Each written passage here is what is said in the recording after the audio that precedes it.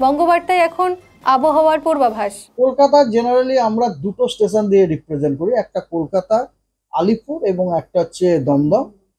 আপনাকে আমি বলি, আলিপুরে আজ থেকে শুরু করে 7 দিন পর্যন্ত প্রত্যেক দিনই কিন্তু লাইট টু মডারেট রেন, তার সাথে থান্ডারস্টর্ম হওয়ার সম্ভাবনা রয়েছে, এবং এগুলো মোটামুটি ধরুন বিকেলের দিকে হওয়ারই সম্ভাবনা বেশি থাকে।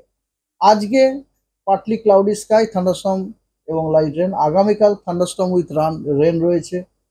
আগামী পরশুদিন আংশিক মেঘাচ্ছন্ন, এবং তার সাথে সাথে সাথে আপনার বৃষ্টিপাত হওয়ার সম্ভাবনা আছে থান্ডারস্টর্মের সাথে সাথে। 5 তারিখে থান্ডারস্টর্ম উইথ রেন হওয়ার সম্ভাবনা আছে, যে কোনো সময় হতে পারে। আর 6 তারিখে সাধারণত ক্লাউড স্কাই থাকবে এবং তার সাথে লাইট রেন হওয়ার সম্ভাবনা থাকে। 6 তারিখে আংশিক মেঘাচ্ছন্ন এবং দু এক পশলা আপনার থান্ডারস্টর্ম উইথ রেন হতে পারে।